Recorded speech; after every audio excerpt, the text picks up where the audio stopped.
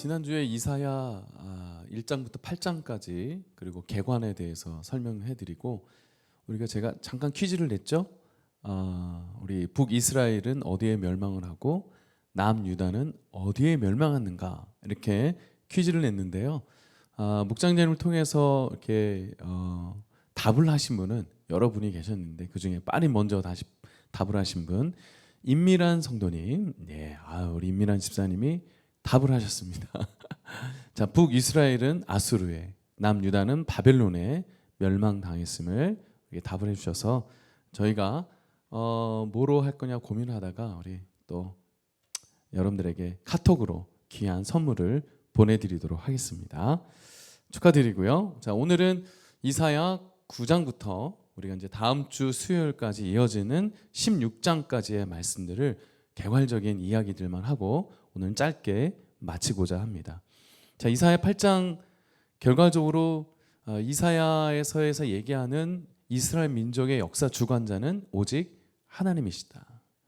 그의 나라와 그의 민족과 열방을 하는 이 주변 국가의 이야기들 속에서도 이스라엘 민족을 지키시고 그의 하나님이 되어주시고 그들은 하나님의 백성이 되게 하신다는 이 역사 구속에 대한 부분들을 1장부터 8장까지에 대해서 이야기를 하고 있었죠. 자, 오늘 9장은요 이제 이 모든 나라에서 주변 국가에서 이스라엘 민족들이 고통을 당하고 핍박을 당하고 침략을 당하는 가운데서도 이제 그럼에도 불구하고 메시아 왕국을 언급을 하십니다. 우리 현실을 보면, 세상의 현실을 보면 모든 것이 죄악에 대한 언급들이 상당히 많죠. 성경을 보면요, 우리와 하나님을 멀리하게 하고 하나님을 믿지 못하게 하는 죄와 사람과의 문제에 악이 많이 나타나 있습니다. 9장에서도 나타나는 하나님을 멀리하고 또 사람과 사람의 죄악의 모습들이 관영함에 나타나는 모습들이 많이 나오는데요. 그럼에도 불구하고 우리가 이런 모든 죄악의 현실 가운데 우리 이 모습을 벗어버리고 오직 우리의 삶을 인도하시는 하나님을 바라보는 시선에 대해서 언급을 하고 있어요. 그렇습니다. 모든 죄악의 현실을 벗어버리고 우리는 우리를 인도하시고 하나님의 자녀를 인도하시는 하나님을 바라봄에 대해서 메시아 왕국이라는 그 큰 주제를 가지고 9장이 이어지고 있죠. 자, 10장 아수르에 대한 심판에 대해서 북이스라엘의 민족들을 우리 이사야 선지자가 이야기하고 있는데요. 세상의 모든 사람이 경배하며 섬길 자는 오직 여호와 하나님뿐이시다. 세상의 모든 사람이 경배하며 섬길 자는 오직 여호와 하나님뿐이시다 라고 이사야는 말하고 있습니다. 이사야 45장 6절로 7절에는 이렇게 말하고 있는데요. 해 뜨는 곳에서든지 지는 곳에서든지 나밖에 다른 이가 없는 줄을 무리로 알게 하리라. 나는 여호와라, 다른 이가 없느니라. 나는 빛도 짓고 어두움도 창조하며 나는 평안도 짓고 환난도 창조하나니 나는 여호와라. 이 모든 일을 행하는 자니라. 세상의 모든 사람이 경배하며 섬길 자는 오직 여호와 하나님뿐임을 이사야가 선언하고 있습니다. 그렇습니다. 그들은 다시 아수르를 의지하지 않고 오직 하나님만 진실이 의지할 것을 회복하는 메시지를 지금 이사야가 하고 있다는 건데요. 10장의 내용을 읽으시면서 저와 여러분들이 이 북이스라엘이 남은 자의 이스라엘 거룩한 자의 그 의미를 발견하는 그런 10장의 내용이 되었으면 좋겠습니다.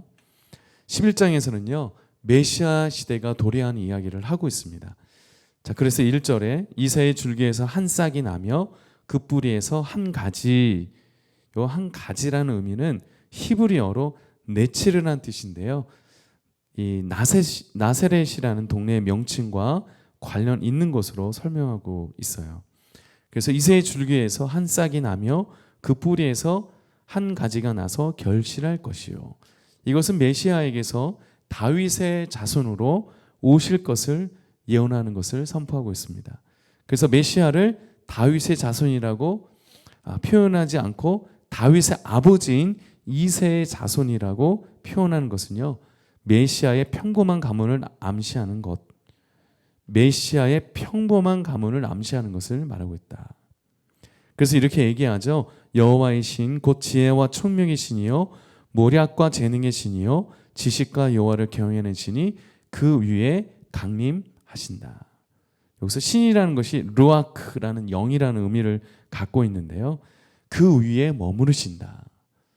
메시아의 그 영광과 존귀와 유음이 그 신 위에 머무르신다라는 뜻을 갖고 있죠. 그래서 성령에 의해서 우리가 하나님의 자녀된 것을 우리가 의지하고 약속된 자녀로 살아가는 자에게, 그렇게 하나님을 경외하고 의지하는 자에게 하나님의 영이, 그리고 오늘 여기에 나온 하나님의 그 메시아의 영광이 그 위에 머무르신다. 이런 큰 의미를 11장의 내용에 담겨 있어요. 여러분, 오늘날 시대가 은혜를 사모하고 심지어는 성령을 의지하는 자에게 정말 고달프고 힘든 시간이지만, 그럼에도 불구하고 주 메시아 예수 그리스도의 은혜에 머무르는 신앙이 되기를 바랍니다.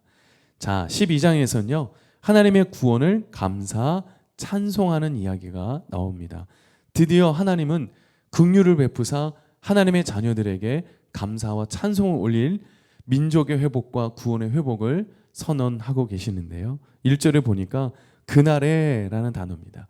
그날에 네가 말하기를 여호와여 주께서 전에는 내게 노하였으나 이제는 그 노가 쉬었고 또 나를 아니하시오니 내가 주께 감사하겠나이다 할 것이니라. 여기서 감사하겠나이다라는 뜻이 히브리어로 야다라는 뜻인데요. 이 야다라는 단어의 의미는요, 바로 구원과 회복의 날에 우리가 하는 것은 오직 찬송과 경배를 얘기합니다. 여러분, 이 찬송과 경배는 찬양으로 올려드리는 감사의 징표입니다. 그러므로 우리가 주일날, 아니 우리 삶의 자리에서 마음껏 예배의 기쁨과 감격의 자리로 돌아와서 주님께 찬송과 경배를 올려드림으로 하나님의 임재가 가득히 임하시는 그 자리로 나오실 때 야다, 감사하는 기쁨의 회복이 일어날 줄로 저는 믿습니다. 이런 시간에 지금 코로나 시대에 더 절실히 필요한 시기가 아닌가 생각하는데요. 12장 읽고 쓰실 때 이런 감동과 감격이 임하기를 소망합니다. 13장에는요 바벨론에 대한 경고가 나옵니다. 자, 바벨론은 남유다가 멸망당한 민족이었습니다. 이 바벨론에 의해서 남유다가 멸망당했는데요. 이때 바벨론에게 아모스의 아들 이사야가 경고의 메시지를 보냅니다. 담대한 거죠. 이사야 선지자가 경고의 메시지를 보내는, 하나님의 힘을 힘입어서 경고의 메시지를 보내고 있는데요. 내가 나의 거룩히 구별한 자에게 명하고 나의 위엄을 기뻐하는 용사들을 불러 나의 노를 풀게 하였느니라. 계속해서 이사야는 말합니다. 산에서 무리의 소리가 나며 많은 백성의 소리가 같으니 곧 열국 민족이 함께 모여 떠드는 소리라. 만군의 여호와께서 싸움을 위하여 군대를 검열하심이로다. 무리가 먼 나라에서 하늘가에서 왔으며 곧 여호와의 그 진노의 병기라. 온 땅을 멸하려 함이로다. 이렇게 바벨론에게 하나님의 진노가 임하심에 대한 경고를 선언하고 있습니다. 하나님은요 당신의 자녀들을 보호하시고 인도하시는 전능하신 나의 주, 나의 아버지십니다. 우리 삶에 막대기와 지팡이로 아니하신다는 말씀을 시편의 말씀을 통해서 듣게 되죠. 그리고 읽게 되죠. 막대기를 보호받을 때 때로는 아프고 고통받습니다. 지팡이, 내가 어디로 가야 할지 마음이 공허하고 불편할 때가 있었습니다. 그러나 우리는 약속의 하나님 나의 주 나의 아버지를 의지하고 막대기와 지팡이로 아니하시는 하나님만을 바라볼 때 그 어떤 심판의 의미가 보여지고 경고의 의미가 보여질지라도 하나님은 백성들에게 그 백성을 붙잡으시고 전적으로 의지하는 자에게 철저히 하나님 아버지께서는 안위하신다. 그래서 이 바벨론에 대한 경고는 사실 백성들을 향한 보호의 메시지라고 역설적으로 볼 수 있는 거죠. 철저히 나의 삶의 주관자 되신 하나님 아버지께 전적으로 맡기는 그 메시지 13장에 나와 있습니다. 자, 14장에는요 바벨론 왕의 멸망을 얘기하고 있고 15장에서는요 모압에 대한 경고가 이어지고 있습니다. 이 내용은 두 민족 북이스라엘과 유다 왕국에 대한 철저히 한 단어로 나오게 되는데요. 하나님의 국률하심으로 백성들은 무엇으로 다가와야 하면 회개라는 단어입니다. 회개. 회복의 모든 조건은 모든 민족의 회개였습니다. 회개함으로 하나님의 국률하심이 민족과 열방과 뜻으로 회복되게 되는 것입니다. 사랑하는 성도 여러분, 회개를 통해 하나님 아버지의 마음을 얻으십시오. 회개를 통해 하나님 아버지 안에 거하시는 은혜를 누려보십시오. 그럴 때 하나님의 전적인 국률하심이 이렇게 열방 국가에 대한 경고와 메시지와 멸망과 심판과 저주가 일어날지라도 하나님의 백성들에겐 회개를 통하여 돌아오는 자에게 하나님은 다시 일어서게 됩니다. 모압이 왜 경고를 받습니까? 각 지역마다 산당과 우상 숭배를 우상의 신을 섬기는 모습으로 이 모압이 이스라엘 민족까지 들어왔기 때문에 이스라엘 민족 안에는 전적인 하나님만을 경배하는 여호와의 신앙으로 가는 그들이 우상의 신으로 바뀌니까 모압을 멸망시키고 모압에 대한 부분들을 완전히 멸하시는 모습들을 15장에서 보여주고 있는 것이죠. 결국 이것은 하나님께로 돌이키는 자, 회개하는 자에게 이런 멸망 가운데서도 하나님은 건져주시고 일으키시고 붙잡아 주심을 말씀하고 있습니다. 자, 16장 마지막 모압의 멸망에 대해서 얘기하는데요. 자, 끊임없이 우상 숭배가 강한 민족 중에 민족이 바로 모압인데 이 모압을 너무 쉽게 여겼던 이스라엘 백성들은 모압을 통해 철저히 멸망당하고 있습니다. 그 철저히 멸망당하고 있는 중에 한 가지가 뭐냐면 우상의 신입니다. 이 우상의 신으로 말미암아 여호와의 신앙으로 갈 하나님의 백성들이 우상으로 완전히 마음도 생각도 삶도 버려지게 되는 것입니다. 그래서 이 사상은 신념을 낳고 신념은 의지의 행동을 낳게 됩니다. 그 의지의 행동이 잘못된 세상으로 이루어지고 있다면 잘못된 신념과 행동이 모든 결과를 낳게 되죠. 그래서 어떻게 됩니까? 이 16장 안에서는 오직 여호와 하나님만을 섬기는 민족, 약속의 민족의 정체성이 완전히 사라지게 되는 것을 보여주고 있습니다. 하나님의 교훈이 있죠.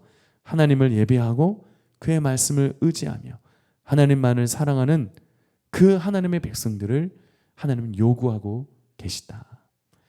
이번 우리 특별히